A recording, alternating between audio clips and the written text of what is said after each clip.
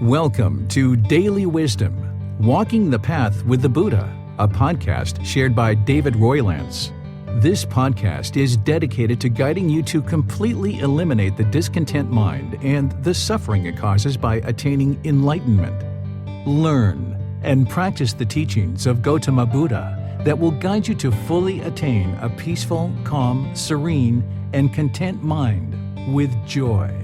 To support this podcast, visit patreon.com/support Buddha or visit buddhadailywisdom.com, where you will discover a full range of courses, retreats, and online learning resources to assist you on the path to enlightenment. Now, here's our teacher to share more.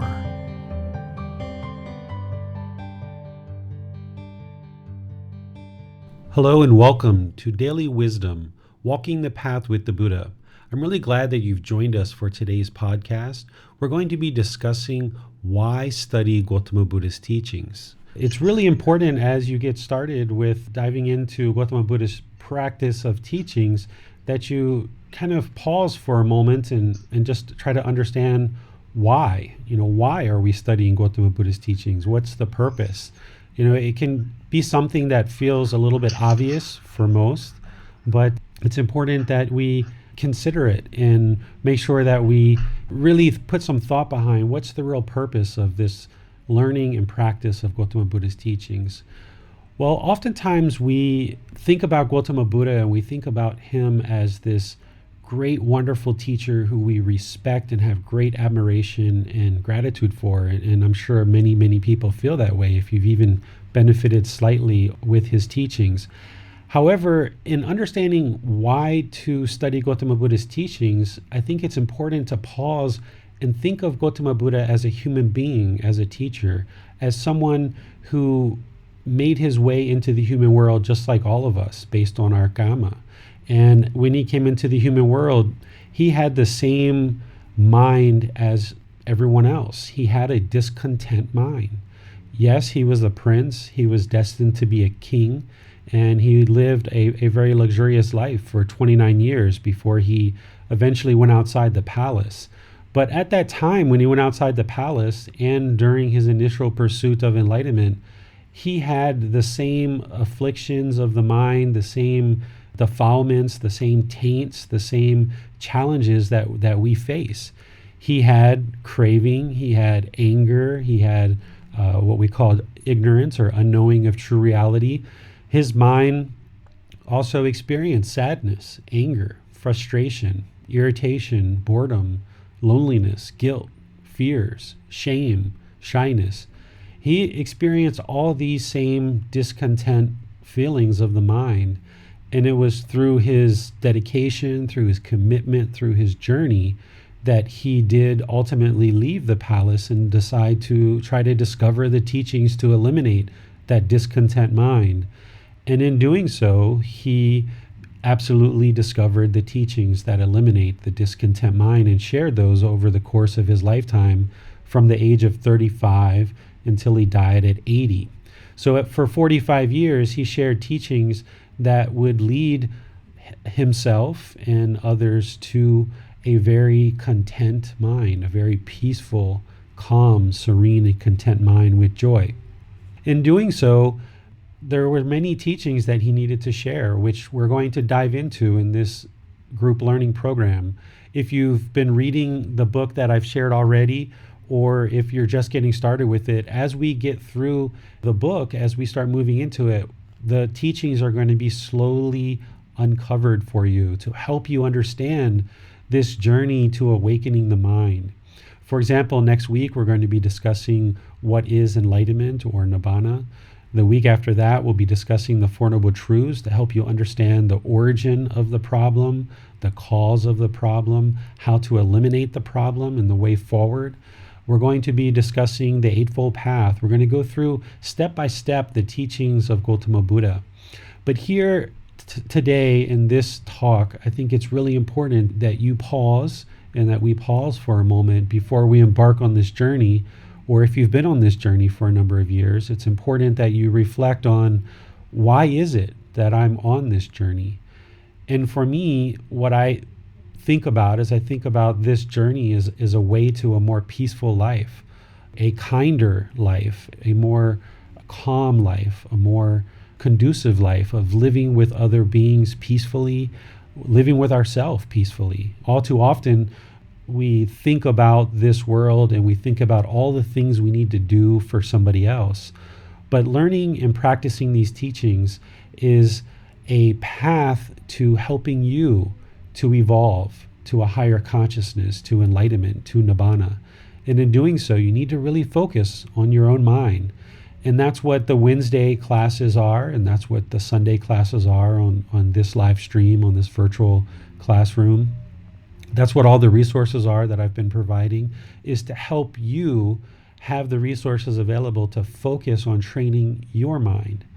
Because no matter what goes on in this world, there's always going to be, at least during our lifetime, there's going to be unenlightened people. There's going to be people who aren't on the path.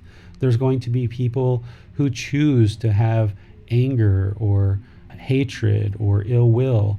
And we can't expect that the entire world is going to instantly change its ways. But through these teachings, what Gotama Buddha brings our mind to is that we can change our mind. We can work to understand the teachings. We can work to train our mind through learning his teachings, practicing his teachings, not just meditation. Meditation is one aspect of the teachings, but there's so many other aspects that we need to learn and pursue in order to reach this awakened mind state. So it's important that we realize that these teachings in this path, it's about me, or in your case, it's about you. Yes, we need to recognize our interdependent connectivity amongst other beings and recognize that we need to have loving kindness and compassion and sympathetic joy and equanimity and all these helpful mind states. But it's really important to remember what this path is doing, is it's allowing you to focus on your mind. This is why Gotama Buddha went off eventually into the forest by himself. Initially, he studied with other people for 2 years, and then eventually he went off by himself for 4 years. Now, that's not something you can do because you're not a Buddha and you need teachers and guides to help you along this path. But as a Buddha, eventually becoming a Buddha, but when he was on this journey, he recognized that it was all about him. It was all about his mind. How could he be a good teacher? How could he be a good person? How could he offer anything to this world without first working on his mind? All too often we get into a situation where we have loving kindness that starts to come up and boil up, but we haven't quite reached that mental state of Nibbana yet. And we have this compassion for other beings and we want to run out and tell everybody all these great things about Gotama Buddha's teachings that we're learning. And that's wonderful that we want to share with other people. But keep in mind that we need to keep the practice focused on your mind, on yourself. Because without that, it doesn't matter how much you teach, how much you smile, how much you do your work, how many friends you have, how many times you visit friends. If you're not sitting down and learning the teachings, spending time with books and spending time with teachers, spending time with different resources nowadays, YouTube, podcast, these Dhamma talks, whether it's spending time meditating. As I mentioned, that's one aspect of the path. If you're not doing these things, it would be very unwise to think that you could ever improve the condition of the mind and training the mind. I spend a significant portion of time teaching other people, but I realize that in doing that, my number one priority is my own practice. Without learning, without understanding the teachings, without meditating regularly, without continuing to realize Gotama Buddha's teachings more and more in the world, I'm not useful for anyone. So while a lot of us have been taught in the West as we grow up that we need to do all these things for other people, that's great, and there's a time for that. But what this time is about that we spend on Wednesday and Sunday, and I hope you find some other times to also spend time focused on the teachings, this is about you. This is about your mind. This is about you focusing on the discontent mind and making sure that you're actively training it to improve the condition of the mind and to reach this mental state of Nibbana. I want to talk about how people actually learned during Gotama Buddha's time. So hopefully you're understanding now that this practice, this path, it's about you. It's about training your mind. And this is an important time to talk about how people actually learn on this path during Gotama Buddha's lifetime. I will share with you some observations that I make here in Thailand and help you understand how it's a very different approach than what we experience in the West. You know, in the West, when there's teachings that are being shared like this, there's typically a scheduled meeting and everybody shows up, and the person leading the meeting or the talk has a certain scheduled topic that they're going to talk about. However, the tradition of these teachings and the way that things work within the Buddhist tradition is it's not the teacher pushing the teachings out to the students, and there's no forceful approach of, okay, now I'm stepping in here and I'm going to start teaching. The way that these teachings work here in Thailand is there's temples and there's teachers, and the monks and the teachers live their life and they practice the teachings. They experience the results that they experience and they live their life. The only way that monks actually typically really start to teach is if the people ask them to teach. The monks don't just show up to a school or show up to a business and kind of say, all right, now I'm going to teach you, sit down and listen. It's really the people, it's really the villagers, it's the people that are going to the temples and requesting the monks to teach. So the way that these teachings really work, and they work best, is when the students take a committed and dedicated approach to their own learning, realizing that, yes, this is a practice that I need guidance and I need teachers. However, it's absolutely an independent practice. It's something where you need to choose to sit down and do meditation. You need to choose to pick up a book, but you also need to choose to do things like coming to class and asking questions. Because in order to pursue and progress on this path, you need to be able to think about what your teachers are talking about, what the books are telling you. You can't just, as connecting to what we talked about last week, you can't just believe what your teacher's telling you. There's no belief in this practice whatsoever. It's all about you learning the teachings and practicing the teachings so that you can see the teachings in practice, which allows you to acquire wisdom. It's this new wisdom that the mind starts functioning through in order to function differently in the world. And it's only this newfound wisdom that's really going to change the quality of mind. So how do you get that wisdom? Yes, you have to make decisions to meditate, to pick up books, to come to classes, but you also have to be thinking about the teachings that you're learning. When you read a book, it's not just reading it as a novel and taking it in. It's reading it, diving into it. The Buddha used the word investigate. You need to investigate the teachings.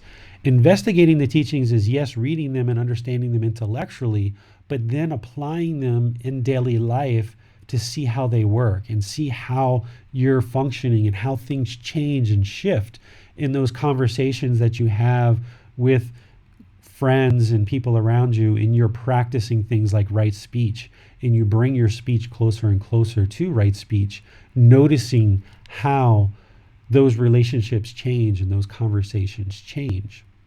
It's really, really important that you investigate the teachings, that you reflect on them, you apply them in practice, and then you reach out to your teacher about the various observations that you're having, because it's through your questions that I can understand where you are on this path. It's through your questions that I understand how you're thinking about the teachings and how they're affecting your life. It's through your questions that I understand about your life and I understand what's going on in your life. so that as there's certain areas that you need guidance or you need help, I can share various teachings with you. So during the Gotama Buddha's lifetime, if you notice, if you've ever read any of his teachings, it almost always starts out with one of his close followers or close disciples asking him a question. It never starts with the Buddha saying, well, let me tell you this. Let me explain to you everything I know. And here it is, right? This would be someone who has craving and desire to explain exactly what it is. And perhaps there might be some ego wrapped around that. So Gotama Buddha, he had his own practice. And there's actually times where he left his students for 3 months or so and just left them alone. He didn't stay with them his entire life. He was actively working on his own practice and continuing to meditate and continuing to practice himself. But it was his students that asked him questions and asked him repeated questions that then the teachings started to ooze out of him. Because as a teacher, you know, I have this book that is a structured learning chapter by chapter, but you know, if I sat down in one sitting and tried to talk to you about all of these teachings, it would be very challenging. One of the challenging things is, okay, we have this hour talk scheduled. What do we really talk about in just an hour? It's such a short amount of time. And in the West, you know, we probably think a 20 or 30 minute talk might be long, but an hour is so short when you think about awakening the mind and how big this topic really is. So the only way that I know is the way that I observe in Thai society and the way that I observe in Buddhist culture, which is the students learn, they are on an independent practice, they're gradually working on their own to learn and meditate and practice the teachings, and they reach out to the teachers and ask for help. And they ask with questions. And sometimes the question is, I don't know where to start, right? I don't even know what question to ask you. That's a very common question or a very common comment that I get among Western students. Or it might be, hey, I've read these 3, 4, 5 books. They all seem to be saying something completely different, and I'm lost. I don't even know where to begin. So don't feel shy about saying, I don't know. I don't know what I don't know. And that's okay. Wherever you are, I have no expectations in terms of what you're learning, when you're learning, how you should be progressing. My only interest is to make myself available to people who have an interest in learning and growing. So I would like to encourage you guys as we continue to move in this program, last week and this week, the next couple of weeks, we're going to be covering some pretty heavy topics. We're going to be getting into what is Nibbana, what is enlightenment, the Four Noble Truths, the Eightfold Path. We're going to dive really deeply into the 5 precepts, because oftentimes those are really simplified and they're not as simple as some of the translations may lead us to believe. So I really want to encourage you guys, as we're talking about why study Gotama Buddha's teachings, is that you understand this is your practice. This is your life. It's your life practice. And I am almost like a consultant or a guide, a teacher, but I'm not holding your hand and moving you through every little step. You need to do work on your own, which is reading, watching YouTube videos, podcasts, coming to these classes, doing meditation, and these types of things. So ask questions. Let me know what thoughts that you're having, whether it was from last class, whether it was from this class, whether it's something that's totally not even applicable to what we're talking about at this present moment, but you happen to run across something that struck your mind as interesting, or you weren't quite sure how to take that in, certain things that you're seeing at temples that you're visiting that you don't quite understand. When I ask for questions, you can ask questions on the topics that I'm talking about, or you can ask any question that's in your mind and helping you to get closer and closer to understanding the teachings of Gotama Buddha. So here I'll just pause and see if there's any questions out there. There's a question here that a student has submitted by chat that I'll read. I find it challenging to clear the mind for long stretches of time. Distractions come and I can cut the thoughts, but then new thoughts tend to come back. Is there a way to evolve past this busy mind during meditation so that I can then have a less busy mind in life? Okay, great question. So essentially what Amina is talking about is, yes, as you're moving forward in this practice, you may be in meditation experiencing the ability to cut the thoughts and bring the mind to the breath. And this is good, whether that's for 1 second or 1 minute or 10 minutes. And then because you're still on the path and you haven't yet attained Nibbana, there's going to be more thoughts that come. I'm not sure how long Amina's been meditating, but I know that her and I met here in Chiang Mai about 6 months or so ago, and I helped her get started on the path. So I have a feeling that was the beginning of her really taking time and getting dedicated to the practice. In the big picture of things, 6 months is really, really short amount of time to be on the path. And we shouldn't have the expectation that our thoughts are going to be able to be completely still and have attained singleness of mind in just a 6 months time frame. Remember, Gotama Buddha, it took him 6 years to attain enlightenment. And this is the man who is the originator, the founder, the declarer, the discoverer of this path, who we all look to now 2,500 years later as the one who really knew what he was doing when it came to these teachings. So we shouldn't have expectation that we're going to be able to still the mind every single meditation session. What you should do is just sit down or lay or stand or walk, whatever type of meditation you're doing, whatever position, and just meditate. And whatever it is, it is. Don't have a craving or a desire to necessarily stop the thoughts, but just keep meditating, keep bringing the mind back to the breath. And if new thoughts come in, okay, so be it. There's a new thought. Just cut it off, bring the mind back to the breath. Don't try to have an expectation that you won't have thoughts, because I can tell you that you will have thoughts even when you have reached Nibbana or enlightenment. But what might happen is you'll have more beneficial thoughts, and it won't be a flood of thoughts. You might be meditating, let's just say, once you've attained Nibbana for a period of time, and things will be completely still and completely silent, and you'll have what the Buddha called single-mindedness, where your mind will be focused. It doesn't move, it's in the middle. And you might be in that still spot for 10, 15, 20, 30 minutes, and then there can be a thought. And just because there's a thought doesn't mean that's a bad thing. But what you're doing early in practice is you're clearing the mind of all the erroneous thoughts, the bombardment of thoughts, the negative thoughts. And the more that you do that and you make this space where you create single-mindedness, eventually what will happen is as you're in meditation, even you have this quietness and this stillness for 10, 15, 20 minutes, you will potentially have a beneficial thought of something that comes into the mind. And it doesn't mean you just jump out of meditation and go run off and do that thing. It's just, oh, they're okay. And you move that aside as well, and you just stay focused on the breath. You don't try to have beneficial thoughts. You don't attempt to initiate beneficial thoughts. But even when you attain enlightenment and you get to the point where the mind's completely still, there's still going to be a thought that arises in meditation. It's never going to be completely quiet forever and ever and ever, because that's permanence, right? Nothing's permanent. Even meditation, each meditation session, you're going to have different quality of meditation each time. Sometimes you're going to meditate and everything's going really well. You get stillness of mind. You just really root into it. You get focused on the breath, and boom, you get a really good quality session.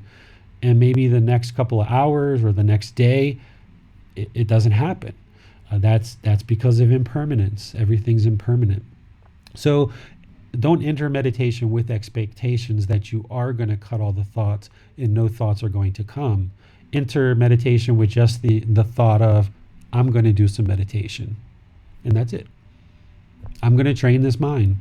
I'm going to work on this mind. This is my time. I'm going to train the mind. That's it. no other expectations. And then because you don't have that expectation, then whatever happens in meditation, it happens, and it's a good thing. Even if you get into meditation and you're sitting there for 20, 30, 40 minutes and you realize that, man, my mind is just so bombarded with thoughts, it's so busy.